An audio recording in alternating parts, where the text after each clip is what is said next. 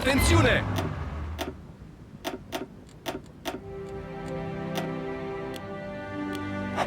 Adunarea! Ordonați! La comandă! Am înțeles!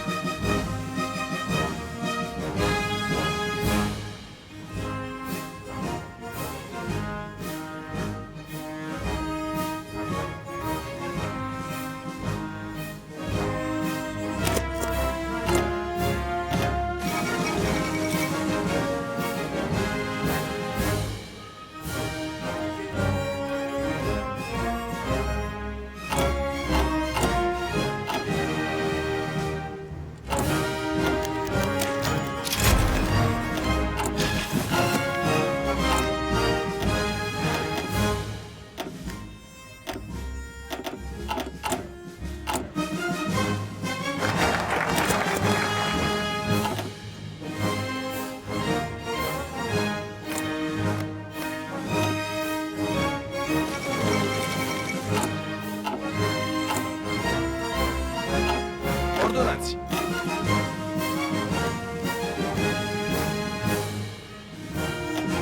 Atențiune!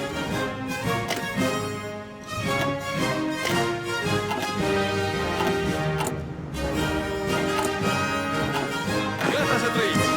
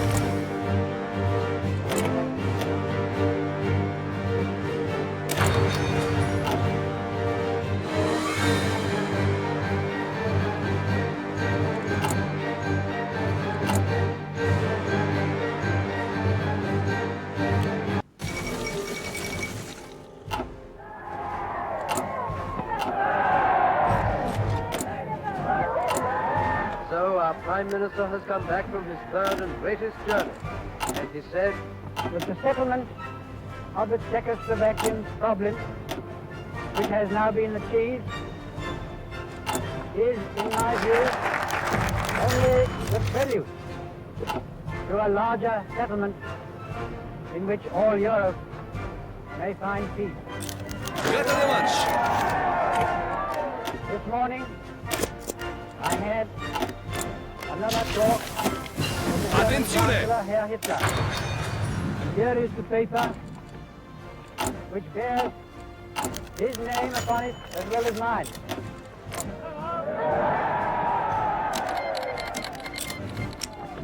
Some of you perhaps have already heard what it contains, but I would just like to read it to you. We, the German Führer and Chancellor, and the British Prime Minister have had a further meeting today and are agreed in recognizing that the question of Anglo-German relations is of the first importance for the two countries and for Europe. We regard the agreement signed last night and the Anglo-German naval agreement as symbolic of the desire of our two peoples never to go to war with one another again. We are resolved that the method of consultation shall be the method adopted to deal with any other questions that may concern our two countries, and we are determined to continue our efforts to remove possible sources of difference and thus to contribute to assure the peace of Europe.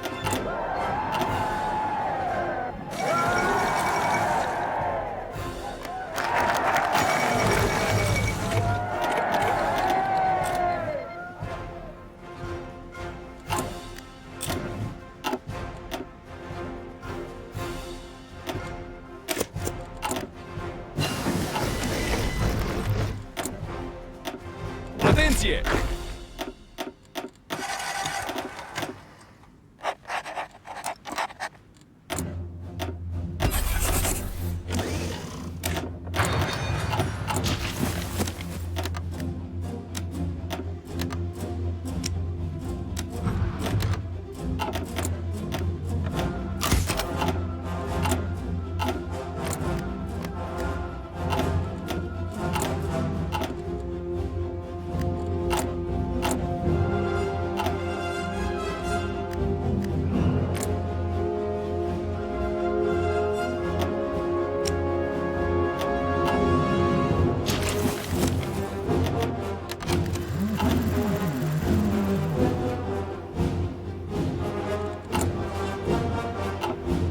Gata să trăiți!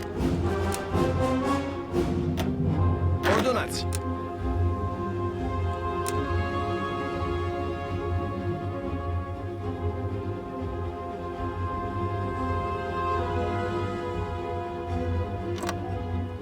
Ordonați!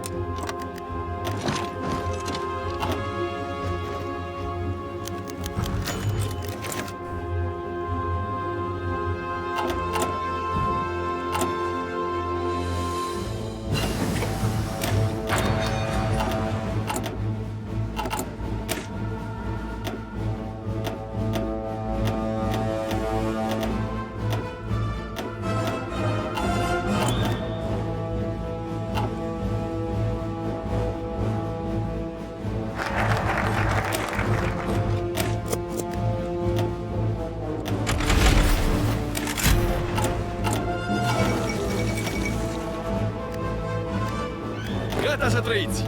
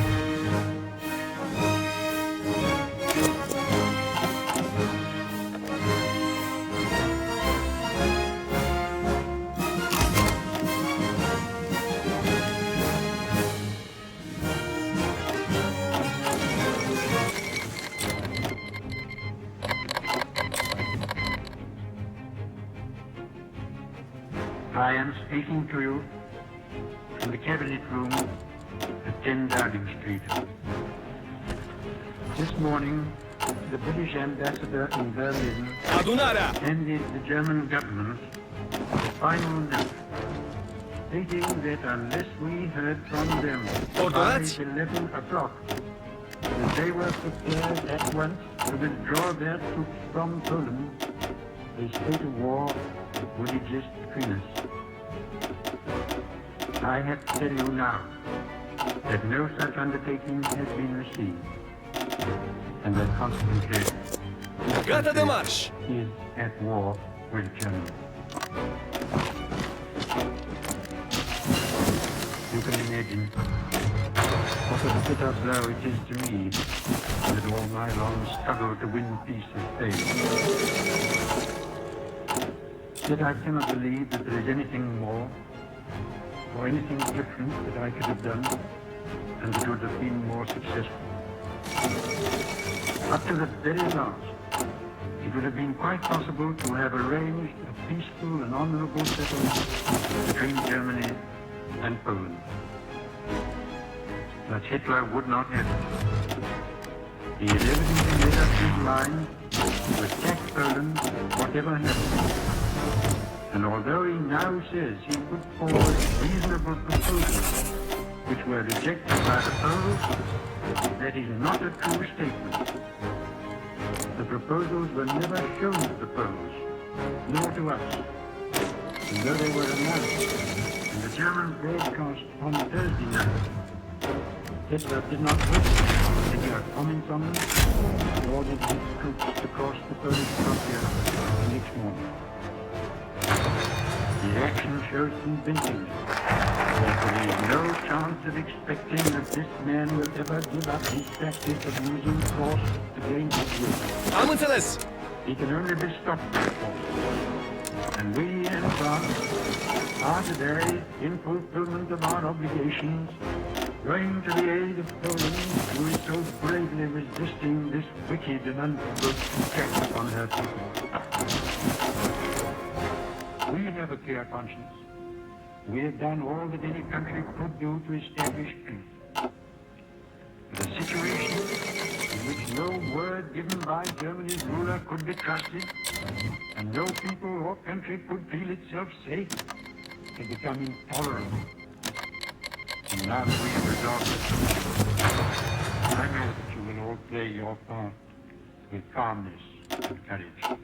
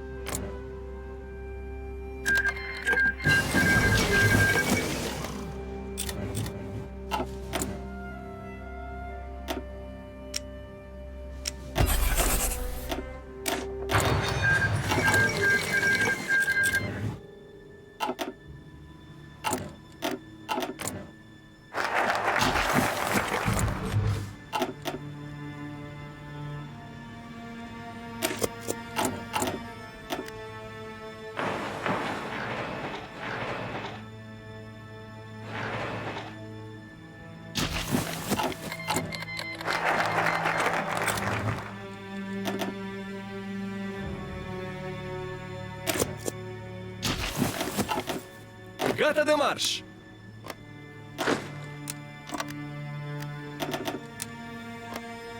Ordonați!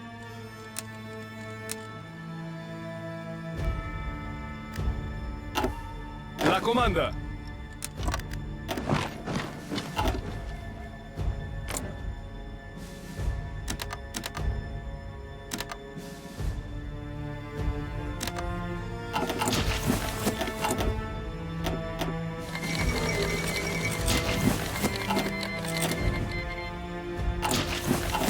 La comandă!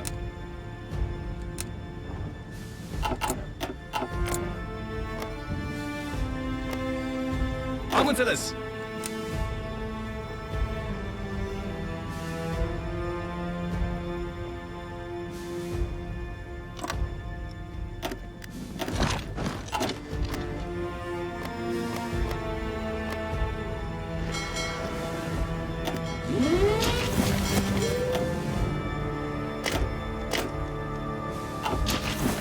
Adunarea!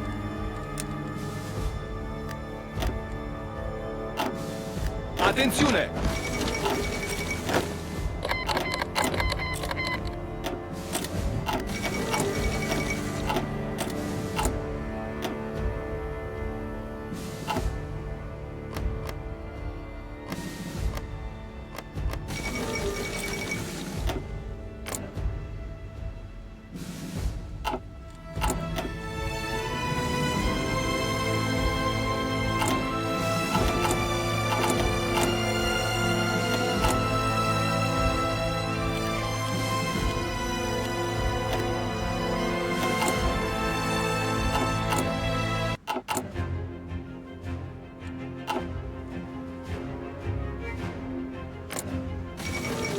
Mr. Speaker, on Friday evening last, I received His Majesty's commission to form a new administration. It was the evident wish and will of Parliament and the nation that this should be conceived on the broadest possible basis, and that it should include all parties, both those who supported the late government and also the parties of the opposition. I have completed the most important part of this task. A war cabinet has been formed of 5 members, representing with the Liberal opposition the unity of the nation. The 3 party leaders have agreed to serve either in the war cabinet or in high executive office. The 3 fighting services have been filled. It was necessary that this should be done in one single day, on account of the extreme urgency and rigor of events. A number of other key positions were filled yesterday, and I am submitting a further list to His Majesty tonight. I hope to complete the appointment of the principal ministers during tomorrow. The appointment of the other ministers usually takes a little longer, but I trust that when Parliament meets again, this part of my task will be completed, and that the administration will be complete in all respects. Sir, I considered it in the public interest to suggest that the House should be summoned to meet today. Mr. Speaker agreed and took the necessary steps, in accordance with the powers conferred upon him by the resolution of the House.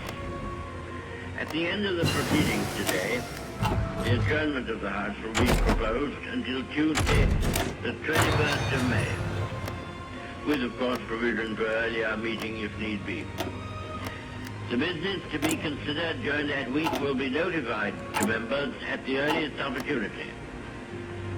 I now invite the House, by the resolution which stands in my name, to record its approval of the steps taken and to declare its confidence in the new government. Sir, to form an administration of this scale and complexity is a serious undertaking in itself. But it must be remembered that we are in the preliminary stage of one of the greatest battles in history. That we are in action at many points in Norway and in Holland. That we have to be prepared in the Mediterranean. That the air battle is continuous, and that many preparations have to be made here at home. In this crisis, I hope I may be pardoned if I do not address the House at any length today. I hope that any of my friends and colleagues, or former colleagues, who are affected by political reconstruction will make all allowances for any lack of ceremony with which it has been necessary to act. I would say to the House, as I said to those who joined the government, I have nothing to offer but blood, toil, tears, and sweat. We have before us an ordeal of the most grievous kind. We have before us many, many long months of struggle and of suffering.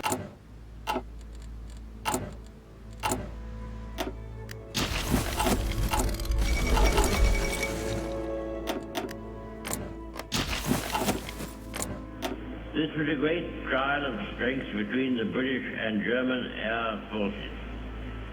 Can you conceive a greater objective for the Germans in the air than to make evacuation from these beaches impossible, and to sink all these ships which were displayed almost to the extent of thousands. Could there have been an objective of greater military importance and significance?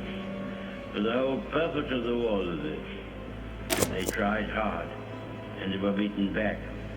They were frustrated in their task. We got the army away, and they have paid fourfold for any losses which they have inflicted. Sir, when we consider how much greater would be our advantage in defending the air above this island against an overseas attack, I must say that I find in these facts a sure basis.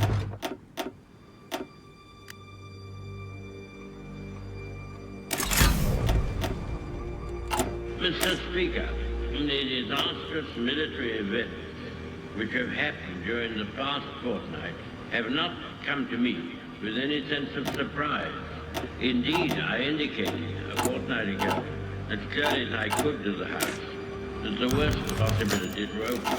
And I made it perfectly clear that whatever happened in France would make no difference to the resolve of Britain and the British Empire. If necessary Attenție!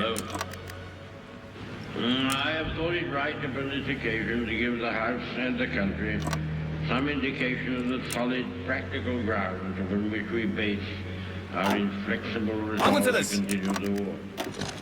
There are a good many people who say, never mind, win or lose, sink or swim, better die than submit to tyranny, and such a tyranny. And I do not dissociate myself from them.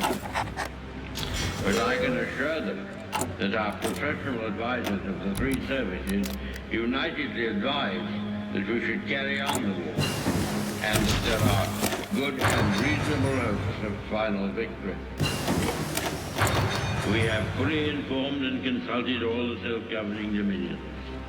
These great communities, far beyond the ocean, who have been built up on our laws and on our civilization, and who are absolutely free to choose their course, but are absolutely devoted to the ancient motherland, and who feel themselves inspired by the same emotions which lead me to stake our all upon duties of it. We do not yet know what will happen in France, or whether the French resistance will be prolonged, both in France and in the French Empire overseas. The French government will be throwing away great opportunities and casting adrift their future if they do not continue the war in accordance with their treaty obligations, from which we have not felt able to release them. The House will have read the historic declaration in which it is the desire of many of the Frenchmen and of our own hearts we have proclaimed our willingness at the darkest hour in French history to conclude a union of common citizenship in this struggle.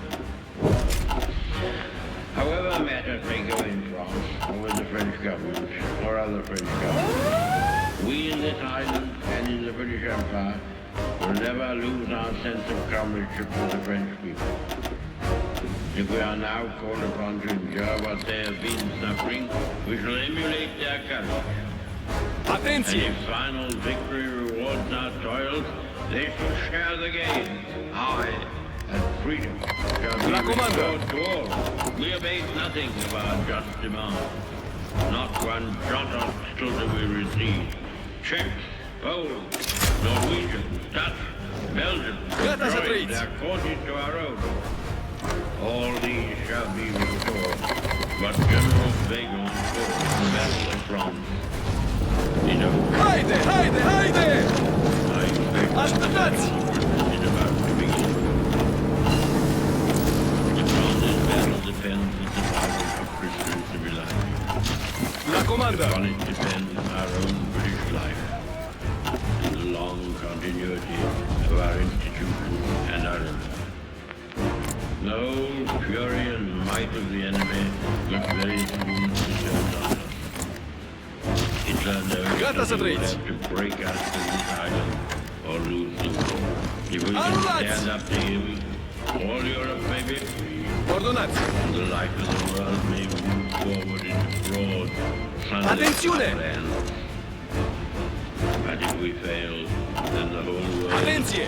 including the United States, including all that we have known and cared for, will sink into the abyss of a new dark age, made more sinister and perhaps more protracted by the light of perverted silence.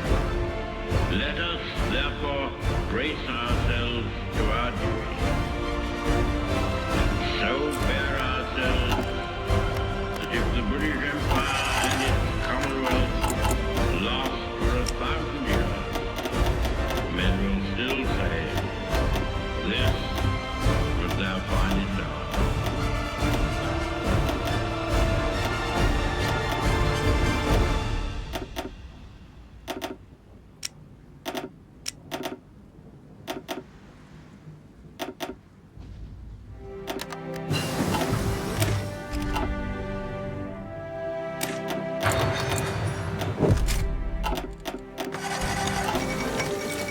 Să mergem!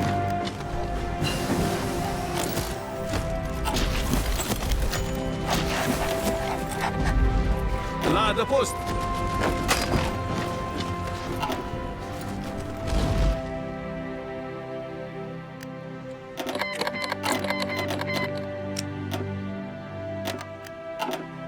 Ordonați!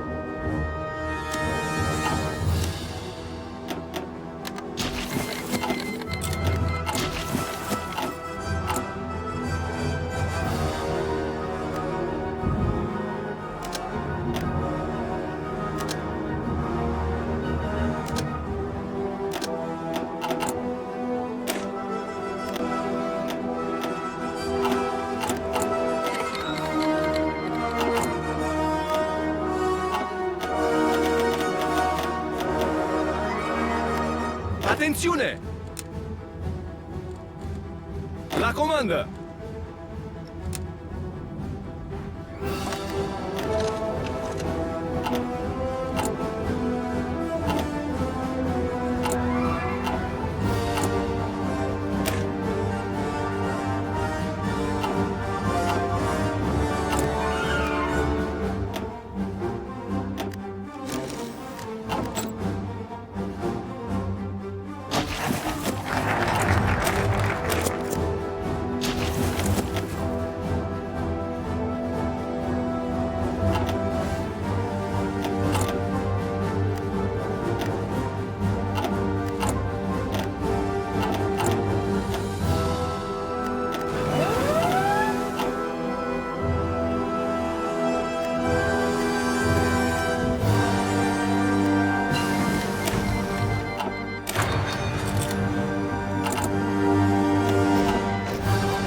Adunarea!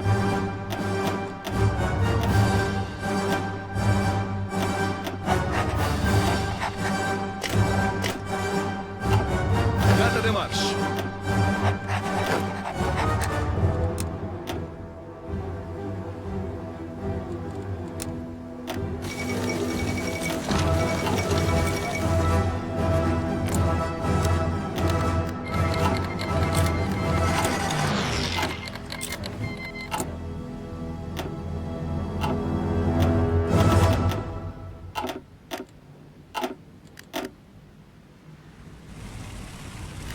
La comandă! Gata să trăiți!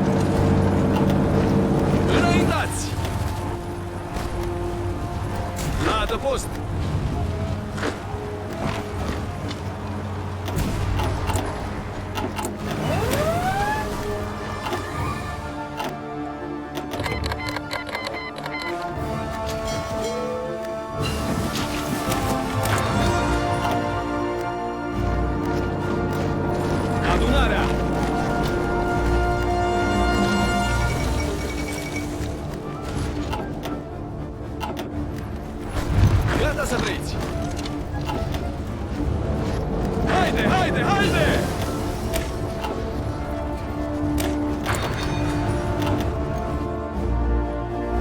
Am înțeles! Anulați!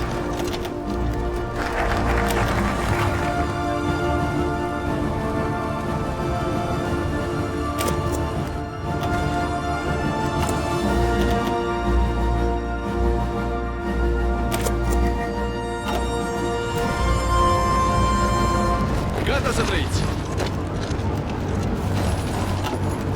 La comandă! Gata să trăiți! La comandă! Atenție! Малодушие, беспечность, под настоянием мирного строительства. Нам непонятность в военное время, но правильно в настоящее время. Ордонаți! Эта война сторонит образом именно положения. Так, жестко и неумолим. Он ставит свои цели, Надо пост. наших границ, уровень наших фокусов.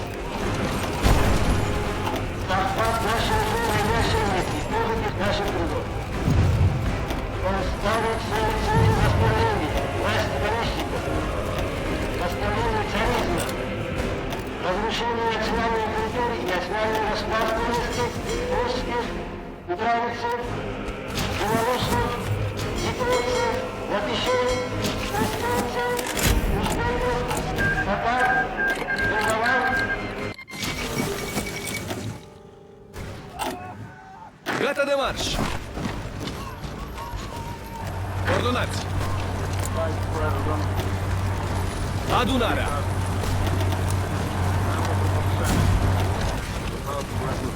Am înțeles! Yesterday, December 7th, 1941, a date which will live in infamy. The United States of America was suddenly and deliberately attacked Gata să trăiți! by naval and air forces Retragerea! of the Empire of Japan. Atenție! The United States was at peace Atenție! with that nation. And that solicited Anulați! of Japan, still in conversation with its government and its emperor, looking for the maintenance of peace in the Pacific. Indeed, Să mergem! 1 hour after Retragerea! Japanese air squadrons had Gata să commanded trăiți! the American island of Oahu, the Japanese Gata de marș! ambassador to the United States and his colleague delivered Ordonați! to our Secretary of State a formal reply to a recent American message.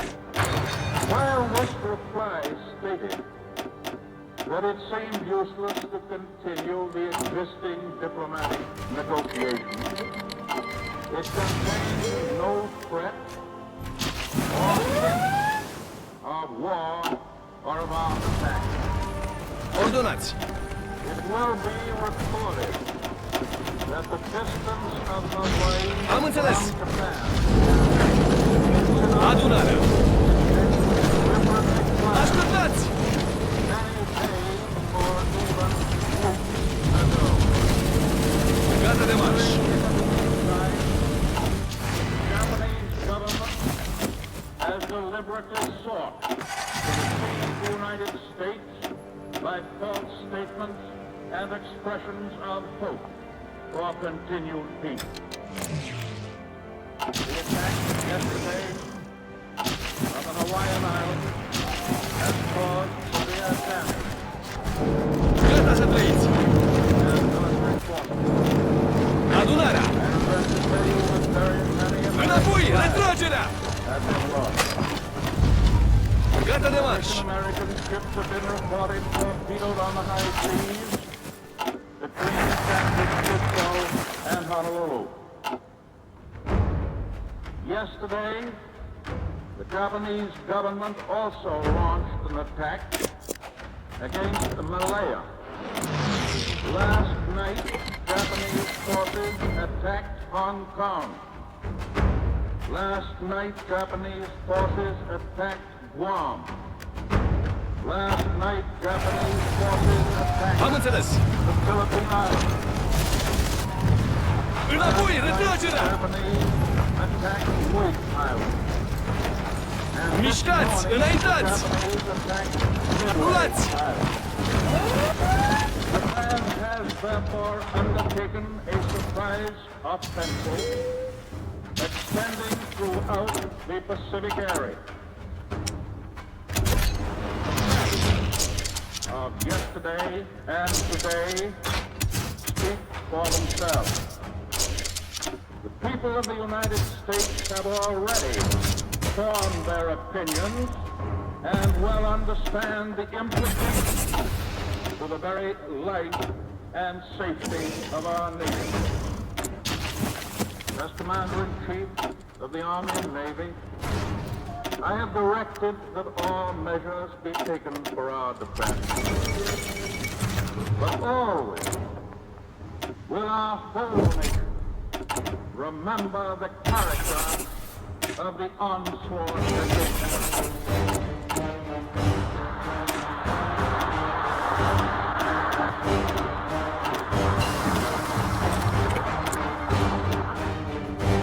No matter how long it may take us to overcome this premeditated invasion, the American people in their righteous might will win through to absolute victory.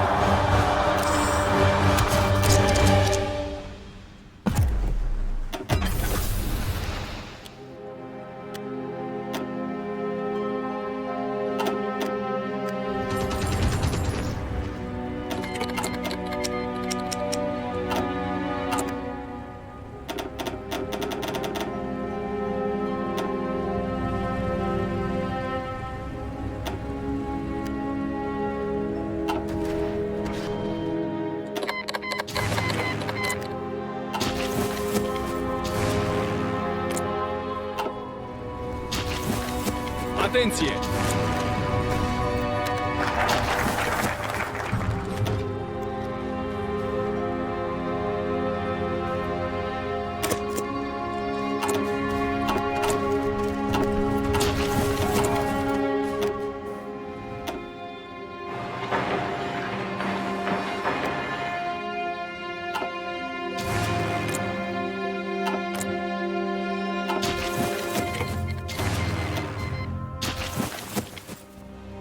This is a talk on national security, because the nub of the whole purpose of your president is to keep you now, and your children later, and your grandchildren much later, out of a last-ditch war for the preservation of American independence, and of all the things that American independence means to you, and to me, and to ours.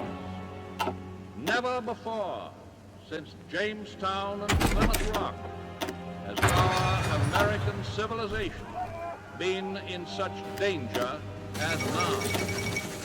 The Nazi masters of Germany made it clear that they intend not only to dominate all life and thought in their own country, but also to enslave the whole of Europe, and then to use the resources of Europe to dominate the rest of the world.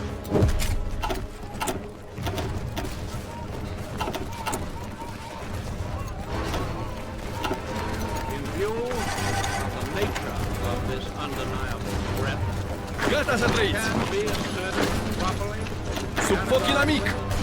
that the United States has no right or reason Gata de marș! to encourage talk of Gata să trăiți!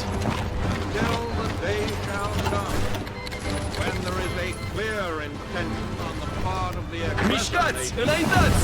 to abandon all thoughts of Să mergem! or conquering the world. Forces of the state Mișcați! Înaintați! against all people who live in freedom are being held away from our shores. Germans and Italians are being blocked on the other side of the Atlantic by the British. Haide, haide, haide!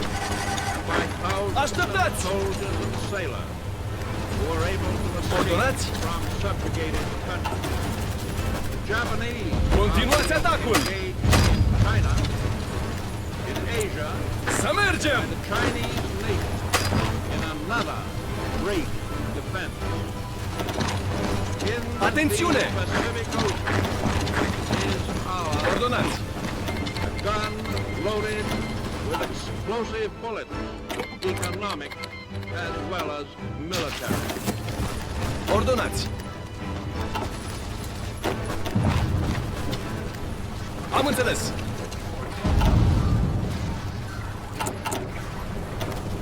Luați de aici! Așa le trebuie! Frankly and definitely, there is danger ahead.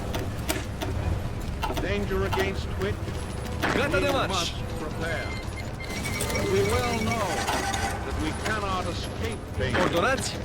or the fear of it by crawling Continuați into bed, atacul! pulling the covers over our heads.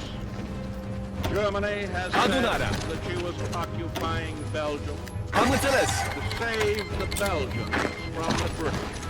Adunarea! Would she hesitate then to say to any South American country, we are Gata să trăiți! occupying you to protect you from aggression by the United States? Înaintați! Belgium is being used as an invasion base against Britain, Să mergem! now fighting for its rights. Any South American country in Nazi hands would always constitute a jumping-off place for German attacks Înaintați! on any one of the Înapoi, other retragerea! republics of this Retragerea! We think of Hawaii as an outpost of the Mișcați! Înaintați! Yet Înainte! the Azores are closer to our Retragerea! land than Hawaii Retragerea! is on the other side. Înapoi, retragerea! Retragerea!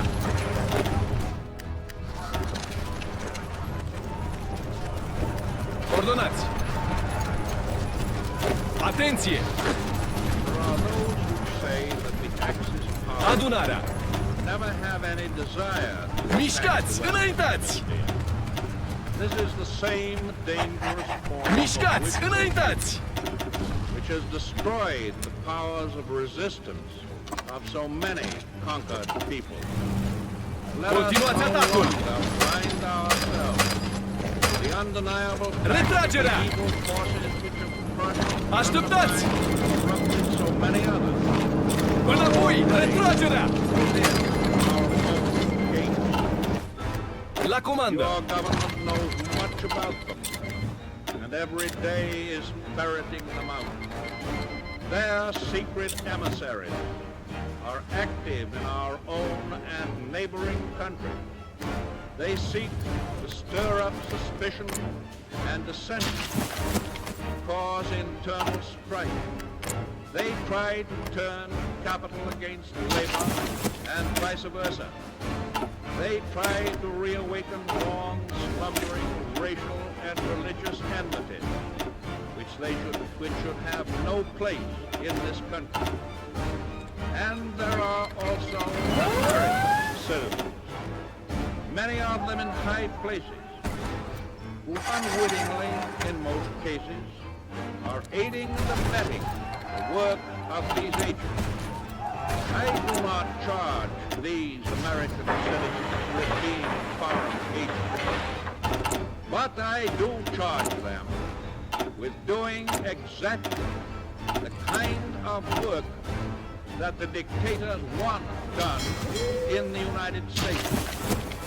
The experience of the past 2 years has proven beyond doubt that no nation can appease the Nazis. No man can tame a tiger into a kitten by stroking it. There can be no appeasement with ruthlessness. There can be no reason poisoning with an incendiary bomb.